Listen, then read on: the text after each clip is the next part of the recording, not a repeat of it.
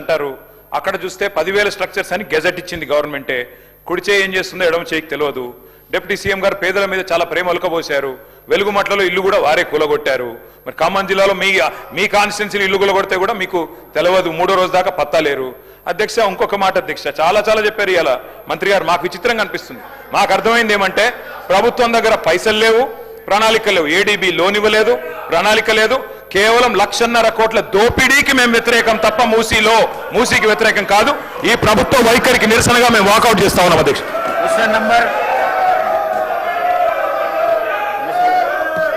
అధ్యక్ష, వెలుగుమట్లకు సంబంధించి గౌరవ సభ్యులు చెప్పారు అధ్యక్ష. దాని మీద వాళ్ళకి ధైర్యం ఉంటే, వాళ్ళకి మనసు ఉంటే వెలుగుమట్ల మీద డిస్కషన్కి ఈ సభ సిద్ధంగా ఉంది అధ్యక్ష. ప్రభుత్వం సిద్ధంగా ఉంది. గౌరవ సభ్యులకి మనం చేస్తున్న వెలుగుమట్ల మీద డీటెయిల్ డిస్కషన్ కూడా రాష్ట్ర ప్రభుత్వం సిద్ధంగా ఉంది.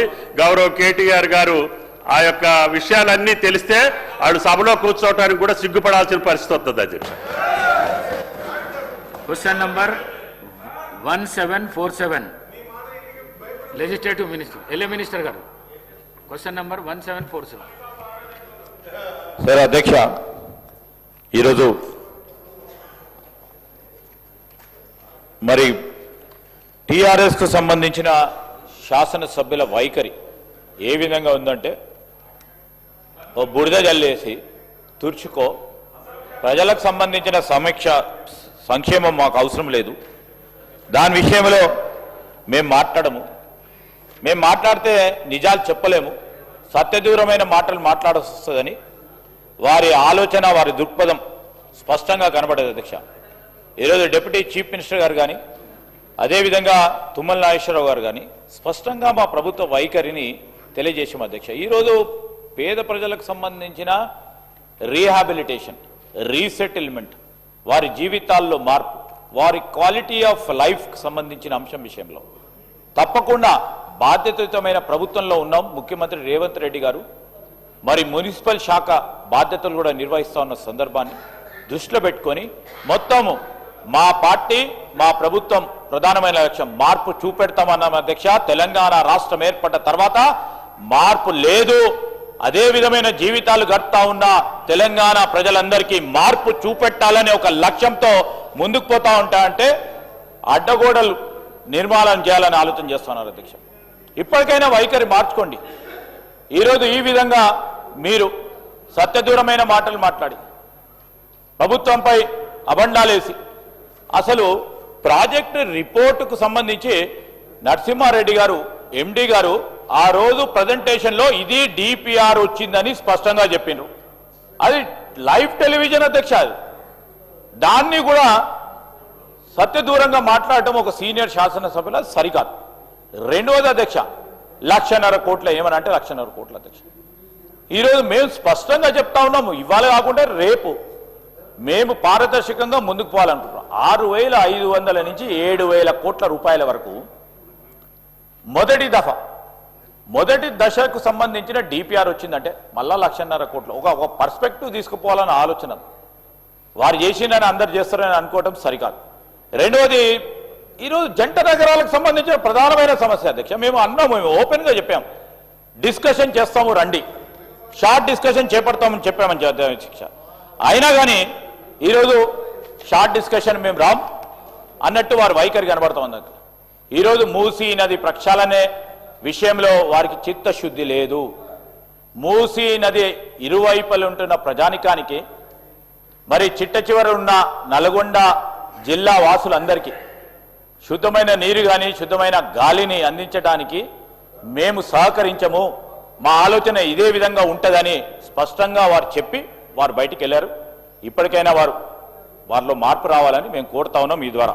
అదేవిధంగా అధ్యక్ష, మీరు మరి నాకు డెలిగేట్ చేసిన అంశం విషయంలో గౌరవ ముఖ్యమంత్రి గారి తరఫున ఈరోజు 1747 ప్రశ్నకు సంబంధించి మొదటి ప్రశ్నకు సమాధానం లేదండి, రెండో ప్రశ్నకు సమాధానం ఈ ప్రశ్న ఉత్పన్నం కాదు, మూడో ప్రశ్నకు సమాధానం ఈ ప్రశ్నకు ఉత్పన్నం కాదు, డి ప్రశ్నకు సమాధానం ప్రశ్నకు మరి ఉత్పన్నం కాదు. శ్రీ గణేష్ గారు. ధన్యవాదాలు అధ్యక్ష. మా కంటోన్మెంట్ నియోజకవర్గంలో ఉన్న వాళ్ళు అత్యధిక మంది పేద మధ్యతరగతి వాళ్ళు. వారికి చిన్న చిన్న బస్తీలలో ఉంటున్నారు, చిన్న ఇల్లులు. వారు ఏదైనా ఫంక్షన్స్ కానీ చిన్న చిన్న కార్యక్రమాలు, చిన్న ఫంక్షన్స్ కావచ్చు పెద్ద ఫంక్షన్ ఏది చేసుకోవాలన్నా కమ్యూనిటీ హాలు చాలా చోట్ల లేకుండా ఇబ్బంది పడుతుండ్రు. పెరుగుతున్న జనాభా అనుగుణంగా కమ్యూనిటీ హాల్స్ చాలా అవసరం. వాళ్ళు ఏదైనా కార్యక్రమాలు చేసుకోవాలంటే ఈరోజు ఎక్కువ మట్టుకు ప్రైవేట్ ఫంక్షన్ హాల్స్ మీద ఆధారపడవలసి వస్తుంది. ప్రైవేట్ ఫంక్షన్ హాల్స్లో ఫంక్షన్ చేయాలంటే ఆర్థిక భారం పెరిగిపోతుంది. చాలా ఇబ్బందికరమైన వాతావరణం వారికి ఏర్పడుతుంది. కాబట్టి మా దగ్గర గతంలో గాంధీ కమ్యూనిటీ హాల్ అని లాల్ బజార్లో ఉండే, బీఆర్ఎస్ గవర్నమెంట్ రాగానే ఆ గాంధీ కమ్యూనిటీ హాల్ని డంప్ యార్డ్గా మార్చి ఈ పేద మధ్యతరగతి వాళ్ళు అక్కడ ఫంక్షన్స్ చేసుకున్న వాళ్ళకి ఆ ఫంక్షన్ హాల్ లేకుండా, కమ్యూనిటీ హాల్ లేకుండా కూడా చేశారు. కావున అదే కాకుండా మా దగ్గర సుమారు 15 కమ్యూనిటీ హాల్స్ 50% కంప్లీట్ అయింది. పిల్లర్సు స్లాబ్స్ వేశారు. మిగతా 50% గత ప్రభుత్వం దానికి నిధులు కేటాయించకుండా, పట్టించుకోకుండా అది అట్లనే ఇన్కంప్లీట్గా ఉంది. కావున తమరు ద్వారా గౌరవ ముఖ్యమంత్రి గారికి నేను విజ్ఞప్తి చేస్తున్నాను, ఇన్కంప్లీట్లు ఉన్న కమ్యూనిటీ హాల్స్కి నిధులు కేటాయించాలి. అదే మాదిరిగా చాలా బస్తీలలో కమ్యూనిటీ హాల్స్ అవసరం. ఈ కమ్యూనిటీ హాల్స్ అందుబాటులో వస్తే పేదవాళ్ళు కూడా పుట్టినరోజు సెలబ్రేట్ చేసుకోవాలనుకుంటారు, పుట్టిన పిల్లలకి 21 days సెలబ్రేట్ చేయాలనుకుంటారు. నేను చాలా చోట్ల కూడా సిల్వర్ జూబ్లీ కానీ గోల్డెన్ జూబ్లీ బస్తీ వాళ్ళు కూడా చేసుకోవాలని ఆలోచిస్తే వాళ్ళకి కమ్యూనిటీ హాల్స్ లేకుండా ప్రైవేట్ ఫంక్షన్ హాల్స్కి వెళ్ళక ఆర్థిక భారం అయితే చేసుకోలేకుండా బాధపడుతున్నారు. కాబట్టి వారికి ఈ కమ్యూనిటీ హాల్స్ అందుబాటులో తీసుకొస్తే వారికి కూడా ఆనందంగా వారు కోరుకున్న విధంగా ఫంక్షన్స్ చేసుకోవచ్చు. కాబట్టి ఇన్కంప్లీట్లు ఉన్న కమ్యూనిటీ హాల్స్ని అందుబాటులో తీసుకురావాలి. అదే మాదిరిగా కొత్త కమ్యూనిటీ హాల్స్ తీసుకురావాలి. ముఖ్యంగా అధ్యక్ష, మా తెలంగాణ రాష్ట్రంలో ఉన్న అన్ని నియోజకవర్గాలకి భిన్నంగా మా కంటోన్మెంట్ నియోజకవర్గం ఉంటుంది. మా కంటోన్మెంట్ కాన్స్టిట్యున్సీలో అత్యధిక శాతం కంటోన్మెంట్ బోర్డు, ఆ బోర్డు వచ్చి సెంట్రల్ అధీనంలో ఉంది. కాబట్టి గత ప్రభుత్వం పట్టించుకోక, కేంద్రం కూడా ఎలాంటి సహకారం అందించకుండా ఈ కమ్యూనిటీ హాల్స్ ఎన్నో రోజుల నుంచి పేద ప్రజలు ఇబ్బంది పడుతున్నా వారికి ఎవరు పట్టించుకోలేదు. కాబట్టి తమరి ద్వారా గౌరవ ముఖ్యమంత్రి గారికి నేను విజ్ఞప్తి చేస్తున్నాను, ఎంత తొందరగా అయితే అంత తొందరగా ఇన్కంప్లీట్ ఉన్న కమ్యూనిటీ హాల్స్కి నిధులు కేటాయించాలని, కొత్త కమ్యూనిటీ హాల్స్కి డబ్బులు కేటాయించాలని, ఒక 2 పెద్ద ఫంక్షన్ హాల్స్ కూడా మ్యారేజెస్ చేసుకోవడానికి కేటాయించాలని తమరి ద్వారా గౌరవ ముఖ్యమంత్రి కోరుతూ అవకాశం ఇచ్చినందుకు ధన్యవాదాలు అధ్యక్ష.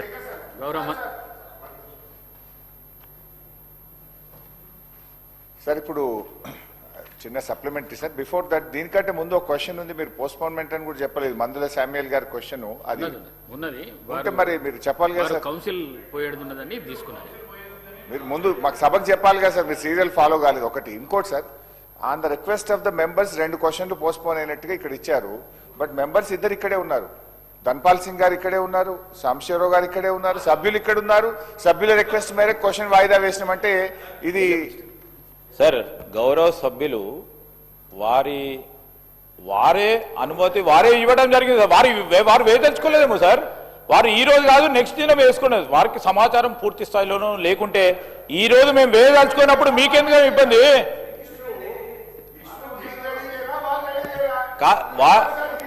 అరే సార్, వాళ్ళు రెడీ మేము రెడీ అనేది ఉండదు సార్. దీంట్లో ఈ రోజు వారు క్వశ్చన్ వేసిన తర్వాత వారికి స్వేచ్ఛ ఉంది అధ్యక్ష. They have every right to request honourable speaker to postpone. They have done it sir. Sir Harish Rao గారు నిజంగా అన్ని తెలిసి కూడా సభను పక్కదారి పట్టించని మీ ద్వారా వారిని కోరుతా ఉన్నాం అధ్యక్ష. ఎప్పుడైనా సభ్యుడు ఏదైనా అనారోగ్య కారణాల వల్ల అత్యవసర పరిస్థితుల్లో రాలేకపోతే పోస్ట్పోన్ చేస్తారు. కానీ ఇక్కడ చూస్తుంటే సభ్యుడు ఉన్నాడు, ప్రభుత్వం రెడీ లేక క్వశ్చన్ వాయిదా వేసుకున్నట్టుగా కనబడతా ఉంది. బాధ ఏంటంటే ఇక్కడ మీరు ఇచ్చిన క్వశ్చన్ పేపర్ లో postponed on the request of the member అన్నారు. On the request of the government అని పెట్టుకోండి. మా మెంబర్స్ ఎందుకు బదనాం చేస్తున్నారు మీరు? ఇది కరెక్ట్ కాదు. నెంబర్ 1. హరీష్ రావు గారు, నెంబర్ 2, హరీష్ రావు గారు, గౌరవ సభ్యులు అడుగుతూనే దాన్ని పోస్ట్ మరి సభ్యుడు ఇక్కడే ఉన్నాడు కదా సార్. అన్నిటినీ ధన్పాల్ సింగ్ ఉన్నారు, శ్యామశేరావు గారు ఉన్నారు. అందరు సభ్యులు అది మీ నెత్తి మీద వేసుకోకండి. సభ తప్పుదో పోతుంది సార్, ఇది కరెక్ట్ కాదు sir. Sir 1 small sir supplementary, I'm coming to the Ganesh గారు అడిగిన దాంట్లో మాకు అవకాశం ఇచ్చారు, ధన్యవాదాలు. ఎల్ఏ మినిస్టర్ గారితో నా రిక్వెస్ట్ ఏంటంటే గత 2 పర్యాయాలు ఏసీడీపీ ఫండ్స్ పెట్టట్లేదు. ఈ కమ్యూనిటీ హాల్స్ మా దగ్గర కూడా అన్ని చోట్ల కూడా ఈ బ్యాలెన్స్ వర్క్స్ మిగిలిపోయినాయి. దయచేసి 5 కోట్ల రూపాయలు ఏసీడీపీ అందరి సభ్యులకు కూడా ఇచ్చినట్టయితే ఈ పెండింగ్ వర్క్స్, బ్యాలెన్స్ వర్క్స్, మనం ఏదైనా కాన్స్టెన్సీలో ఏదైనా గ్రామానికి పోతే ఒక బోర్ అడిగినా, ఒక మోటార్ అడిగినా, ఒక బ్యాలెన్స్ వర్క్ ఉన్నా, ఒక ఎలక్ట్రిఫికేషన్ చేయాలన్నా ఆ ఫ్లెక్సిబిలిటీ శాసనసభ్యుడికి ఉంటుంది. ఇప్పుడు 2 సంవత్సరాల నుంచి ఒక్క రూపాయి కూడా లేకపోవడం వల్ల పాపం ఎమ్మెల్యేలు చాలా ఇబ్బంది పడుతున్న పరిస్థితి ఉంది. దయచేసి మీ ద్వారా ఎల్ఏ మినిస్టర్ గారిని, ఫైనాన్స్ మినిస్టర్ గారిని కోరుతా ఉన్నా, ఈసారి బడ్జెట్ లో ఏసీడీపీ నిధులు 5 కోట్ల రూపాయలు అందరు సభ్యులకు, ప్రతిపక్షం స్వపక్షం విపక్షం అనుకోకుండా, గతంలో పెద్దలు జానారెడ్డి గారు కోరితే కేసీఆర్ గారు ప్రతిపక్ష శాసనసభ్యులకు కూడా 5 కోట్ల రూపాయలు ఏసీడీపీ ఇవ్వడం జరిగింది. మీరు కూడా ఇవ్వాలని కోరుతున్నాం. మినిస్టర్ గారు, గౌరవ సభ్యులు శ్రీ గణేష్ గారు, అదేవిధంగా గౌరవ సభ్యులు హరీష్ రావు గారు ఈ ప్రశ్నకు సంబంధించి మొదటగా శ్రీ గణేష్ గారు చేసిన ప్రస్తావన అధ్యక్ష, కంటోన్మెంట్కు సంబంధించిన వ్యవస్థ పరంగా they have their own board అధ్యక్ష. వారికి కూడా వారి కంటోన్మెంట్ నియోజకవర్గానికి ప్రతినిధిగా వారికి తెలుసు. అక్కడ వారికి సంబంధించిన స్థలాలు కానీ, స్థలాలపైన నిర్మాణాలు కానీ ఆ కంటోన్మెంట్కే అది పూర్తి స్థాయిలో సర్వాధికారాలు ఉంటాయి అధ్యక్ష. నిధులు కూడా కేటాయింపు కానీ ఖర్చు కానీ కంటోన్మెంట్ పరంగానే తీసుకోవడం జరుగుతుంది. అదే ప్రత్యేకమైన constraint, that is basic challenge అధ్యక్ష కంటోన్మెంట్ ఏరియాలో. అయితే రాష్ట్ర ప్రభుత్వం తరఫున కూడా కంటోన్మెంట్కు సంబంధించిన అధికారులతో కూడా మా పరంగా కూడా మాట్లాడటం జరుగుతుంది అధ్యక్ష.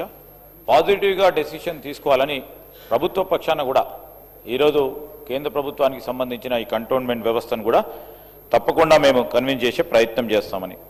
మిగిలిపోయిన అసంతృప్తిగా ఉన్న కమ్యూనిటీ హాల్స్ నిర్మాణం వెంటనే మా డిపార్ట్మెంట్కు, మున్సిపల్ కార్పొరేషన్కు సంబంధించిన డిపార్ట్మెంట్ వారు కూడా ఎక్కడైతే ఇన్కంప్లీట్ కమ్యూనిటీ హాల్స్ ఉన్నాయో వారికి నిధులు కేటాయింపు చేసే కార్యాచరణ తీసుకుంటాం. వారు మరి రిప్రజెంటేషన్ ఇస్తే ఎక్కడెక్కడైతే ఇన్కంప్లీట్ ఉందో అక్కడక్కడ మరి వాటిని అన్నిటిని కూడా పూర్తి చేసే కార్యాచరణ తీసుకుంటామని గౌరవ సభ్యులకు తెలియజేస్తా ఉన్నాం అధ్యక్ష. అదేవిధంగా గౌరవనీయులు హరీష్ రావు గారు ఏసీడీపీకి సంబంధించిన అంశం విషయంలో, కమ్యూనిటీ హాల్స్ నిర్మాణం కార్యక్రమం విషయంలో కానీ ప్రస్తావన చేయడం జరిగింది అధ్యక్ష. తప్పకుండా ఈ ప్రభుత్వం పరిశీలన తప్పకుండా తీసుకుంటుందని మనవి చేస్తా ఉన్నాం అధ్యక్ష.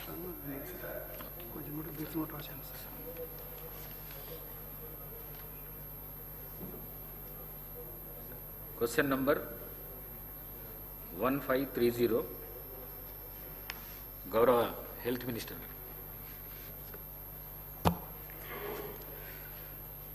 Speaker sir, the district-wise details of all model schools in the state of Telangana as annexure. All the model schools in the state of permanent buildings and labs. Answer to C does not arise. Answer to D, no sir.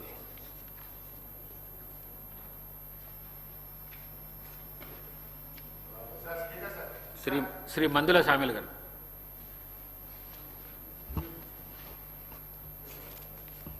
Speaker గారికి ధన్యవాదాలండి.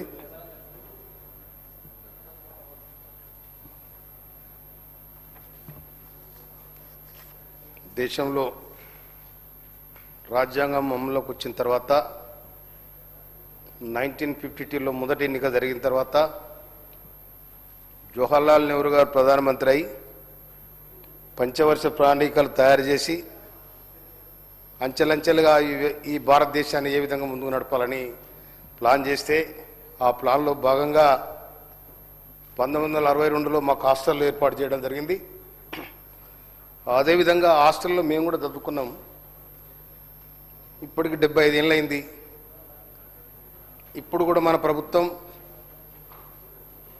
అన్ని జిల్లాల్లో కూడా hostel పెట్టడం జరిగింది.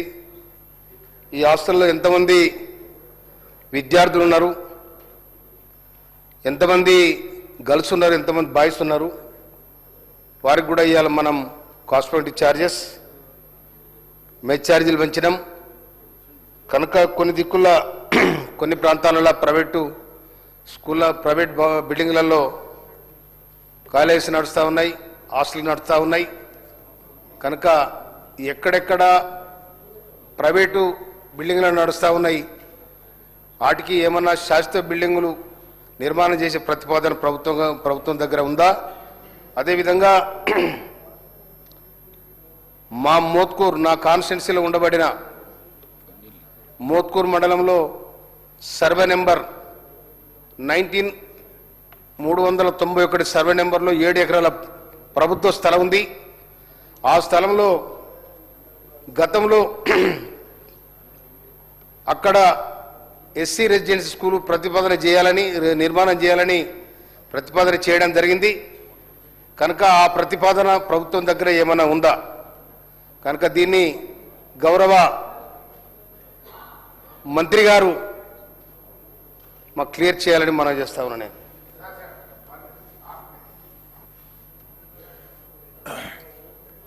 గౌరవనీయులు మంత్రి గారిని ఈ మోడల్ స్కూల్ సంబంధించి ఒక చిన్న క్లారిఫికేషన్ అడుగుదాం అనుకుంటున్నాం అధ్యక్ష.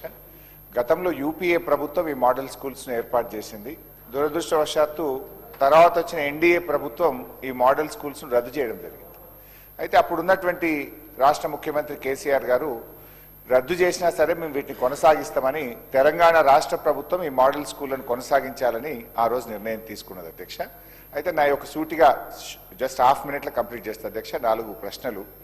ఈ మోడల్ స్కూల్ టీచర్ల కోసం మన గతంలో ఉన్నటువంటి బీఆర్ఎస్ ప్రభుత్వం జీవో నంబర్ 58, జీవో నంబర్ 60 ఇచ్చింది. వాళ్ళు ఎందుకంటే ఓల్డ్ పెన్షన్ స్కీమ్లో లేరు, ఈ సిపిఎస్ స్కీమ్ కింద ఒకవేళ వాళ్ళు చనిపోతే గ్రాట్యుటీ ఇవ్వాలని చెప్పి ఆనాడు బీఆర్ఎస్ ప్రభుత్వం నిర్ణయం తీసుకుంది. ఇప్పటి వరకు 42 మంది మోడల్ స్కూల్ టీచర్లు చనిపోయారు. వారికి గ్రాట్యుటీ ఎప్పటిలోగా చెల్లిస్తారు, చెల్లించకపోతే తక్షణమే చెల్లించాలని కోరుతా ఉన్న ఒకటి. రెండవది అధ్యక్ష, మోడల్ స్కూల్ టీచర్లు ఎవరైనా చనిపోతే వాళ్ళ పిల్లలకు కంపాషనేట్ అపాయింట్మెంట్ జరగడం లేదు. ఇతర ప్రభుత్వ ఉద్యోగుల తరహాలో మోడల్ స్కూల్ ఉద్యోగుల పిల్లలకు కంపాషనేట్ అపాయింట్మెంట్ ఎప్పటిలోగా చేస్తారో చెప్పాలని కోరుతున్నా. నంబర్ 2. నంబర్ 3 అధ్యక్ష, ప్రభుత్వ ఉద్యోగులందరికీ 1వ తారీఖు వేతనం ఇస్తామని చెప్పారు. మోడల్ స్కూల్ ఉద్యోగులకు 010 కింద దయచేసి 1వ తేదీ వేతనం ఇవ్వాలని కోరుతున్నాం. ఈ నెల ఇవాళ మనం ఈ రోజు కూడా 17వ తేదీ అధ్యక్ష, ఈ రోజు కూడా మోడల్ స్కూల్ టీచర్లకు వేతనం పడలేదు. దయచేసి 1వ తారీఖు అందరిలాగా ఇవ్వాలని కోరుతున్నా. లాస్ట్ అధ్యక్ష, మీకు సంబంధించింది అధ్యక్ష, ఈ అందరు ఉద్యోగులకు ఈహెచ్ఎస్ హెల్త్ కార్డులు ఇస్తామని చెప్పారు. మరి మోడల్ స్కూల్ ఉద్యోగులు, ఎస్సీ, ఎస్టీ, బీసీ, గురుకుల ఉద్యోగులకు కూడా ప్రభుత్వ ఉద్యోగులతో సమానంగా ఎంప్లాయీస్ హెల్త్ స్కీమ్ అమలు చేయాలని చెప్పి మీ ద్వారా ప్రభుత్వానికి కోరుతున్నాం. గౌరవ మంత్రి గారు. అధ్యక్ష,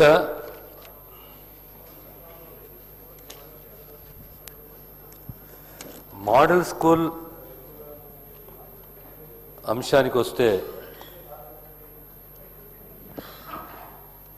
గౌరవ శాసనసభ్యులు మంత్రుల సామ్యులు గారు ప్రస్తావిస్తూ వారి యొక్క మోత్కూర్ ప్రాంతంలో సుమారు 7 ఎకరాలు ప్రభుత్వ స్థలము గతంలో రెసిడెన్షియల్ స్కూల్కు ప్రతిపాదనలు ఏమైనా ఉన్నాయా అని అంటే అలాంటి ప్రతిపాదనలు ఏమీ లేవనే విషయాన్ని తమ ద్వారా గౌరవ సభ్యులు తెలియజేస్తున్నాను అధ్యక్ష.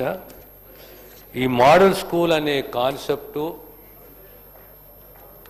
కేంద్రము రాష్ట్రము ఇద్దరు కలిసి 60-40 రేషియో కింద గతంలో 2009-10 ఆ ప్రాంతంలో మొదలై 2014 తరువాత కేంద్రం యొక్క కాంట్రిబ్యూషన్ ఆపేసిరు అధ్యక్ష. అది కంప్లీట్లీ రాష్ట్రాన్ని యొక్క బాధ్యత. ఈ మోడల్ స్కూల్లో quality education, retention without dropouts అని చెప్పి 6 నుంచి 15 సంవత్సరాల మధ్య ఉన్న పిల్లలకు అడ్మిషన్లు, టీచర్స్ ట్రైనింగు ఇవన్నీ కూడా కల్పిస్తూ ప్రధానంగా గర్ల్స్కు హాస్టల్ ఫెసిలిటీస్ ఇవ్వడము. మన రాష్ట్రంలో సుమారు 194 మోడల్ స్కూల్స్ ఉన్నాయి అధ్యక్ష. వీరికి సంబంధించిన డైట్ ఛార్జెసే కానీ, యూనిఫామ్సే కానీ, కాస్మెటిక్ ఛార్జెసే కానీ ఇవన్నీ పెంచడము, సంవత్సరానికి సుమారు 146 కోట్ల రూపాయలు శానిటేషన్ మెయింటెనెన్స్కు ఆ పిల్లల యొక్క స్ట్రెంత్ని ఆధారంగా ఆ స్కూల్లో కేటాయించడము ఇవన్నీ జరుగుతున్నాయి అధ్యక్ష. గౌరవ శాసనసభ్యులు హరీష్ రావు గారు ప్రస్తావించింది ఈ GOMS నంబర్ 5860 ఓల్డ్ పెన్షన్ స్కీమ్కు ప్రస్తావన. తర్వాత ఈ 42 మంది మోడల్ స్కూల్ టీచర్లు పరమపదించారు, వాళ్ళకు కంపాషనేట్ అపాయింట్మెంట్ అవకాశం కల్పించాలి అనేది. తర్వాత 010 పేమెంట్ అంటే ప్రభుత్వం దీన్ని ఎగ్జామిన్ చేస్తుంది. ఈ కంపాషనేట్ అపాయింట్మెంట్కు సంబంధించి ప్రభుత్వం సానుకూలంగా స్పందిస్తున్న విషయాన్ని తమ ద్వారా గౌరవ సభ్యులు తెలియజేస్తున్నాను అధ్యక్ష.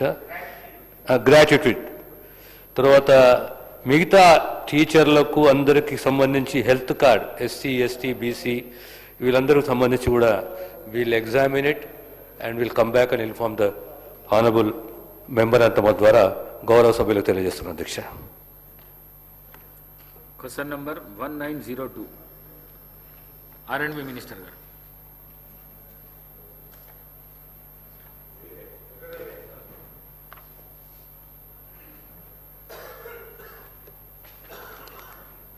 సార్, ఆనరబుల్ స్పీకర్ సార్, మొదటి ప్రశ్నకు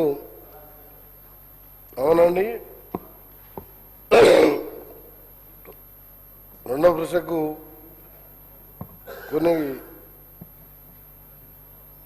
కొన్ని గ్రామాలకు ఆ ఫ్లడ్స్తోనే బస్సులు ఆగిపోవడం జరిగింది.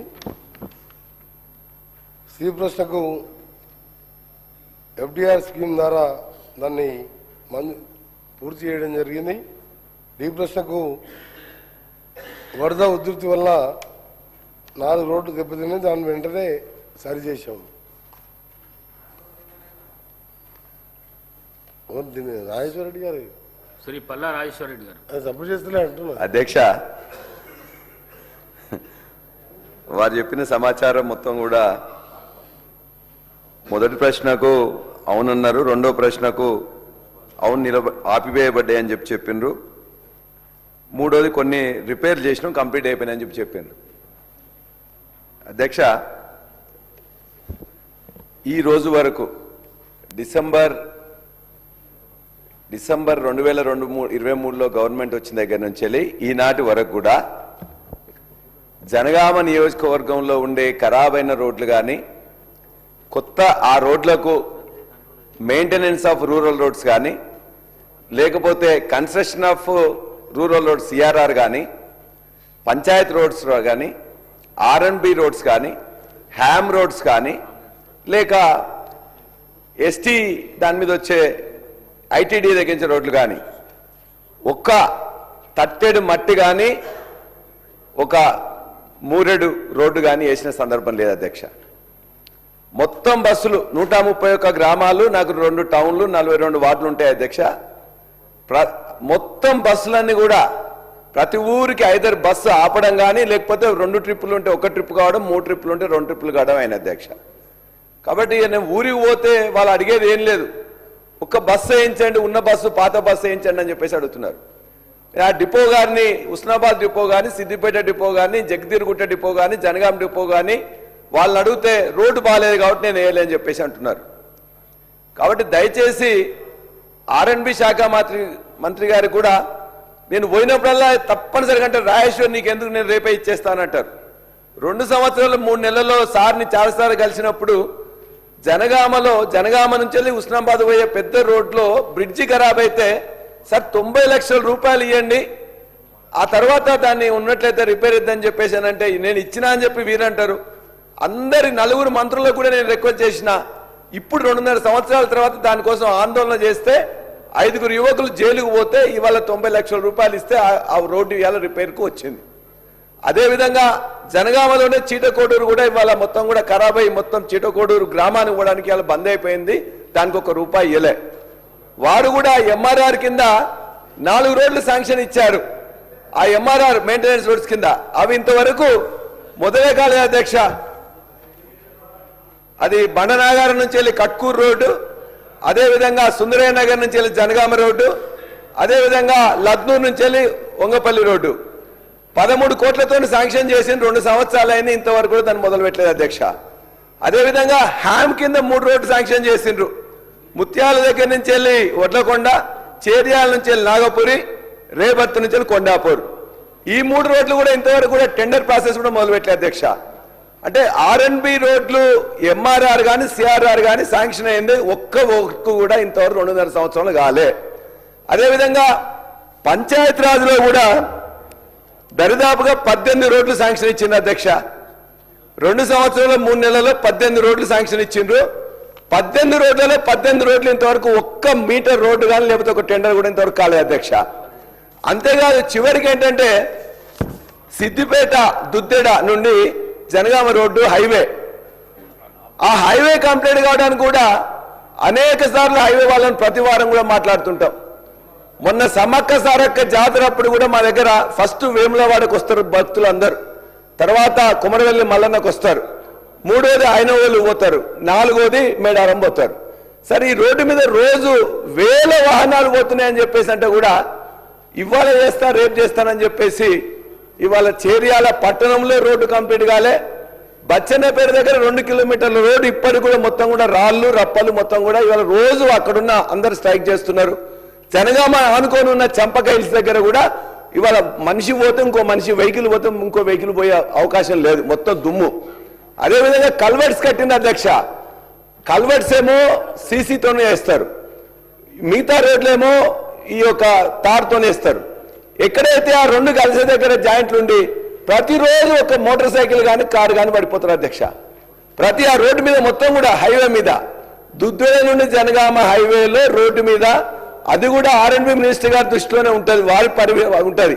ఎన్హెచ్ అయినా కూడా ఆ రోడ్డును వెంటనే కంప్లీట్ చేయాలని చెప్పేసి కోరిక. ఆర్ఎండ్బి రోడ్లు మీరు ఏదైతే ఇచ్చిందో ఎంఆర్ఆర్ కానీ లేకపోతే ఇవన్నీ కొత్త పాత రిపేర్స్ కానీ లేకపోతే ఇవి ఎప్పుడు వరకు చేయగలుగుతారు దయచేసి చెప్పాల్సిందిగా కోరుతూ.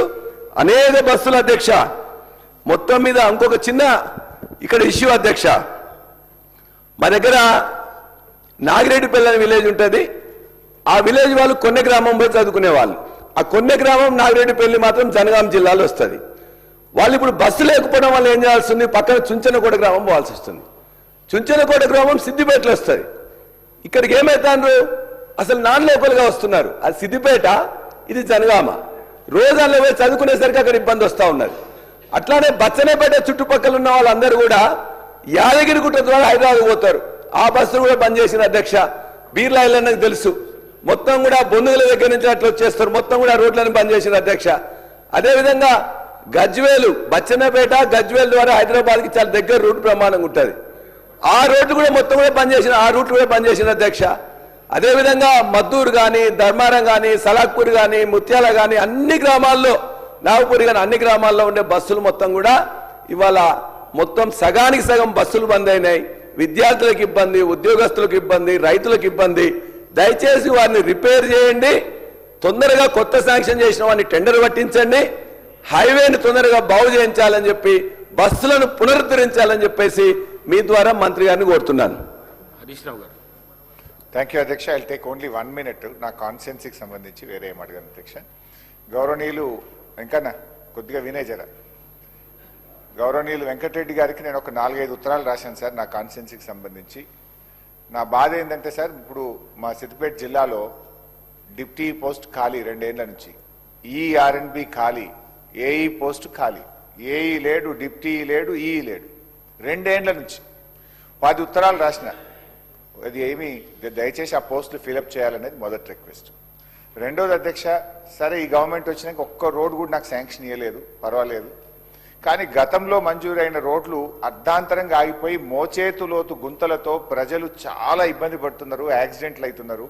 గౌరవ మంత్రి గారు నేను దయచేసి మీ ద్వారా కోరుతా ఉన్నా అధ్యక్ష, సిద్దిపేట రింగ్ రోడ్డు పనులు 80% పూర్తయింది. ఆ 20% గుంతలమయమైపోయి అందులో ప్రజలు రాత్రిపూట యాక్సిడెంట్లు అయి చనిపోతున్నారు. ఆ రింగ్ రోడ్ పని పూర్తి చేయాలని కోరుతా ఉన్నా అధ్యక్ష. రెండవది అధ్యక్ష, సిద్దిపేట నుంచి చిన్న కోడూరు మండల హెడ్ క్వార్టరు ఇలంతకుంట పోయే రోడ్డు 70% పూర్తయింది. అది ఎక్కడ ఆగిపోయిందో 2.5 ఈ గవర్నమెంట్ వచ్చిన రోజు, ఈ రోజు కూడా అదే పరిస్థితి ఉంది. 2 ఏళ్ల 3 నెలల నుంచి కనీసం తట్టెడు మట్టి కూడా పోయకపోవడం వల్ల ప్రజలు రోజు దుమ్ము ధూళితో యాక్సిడెంట్లతో ఇబ్బంది పడుతున్నారు. సిద్దిపేట చిన్న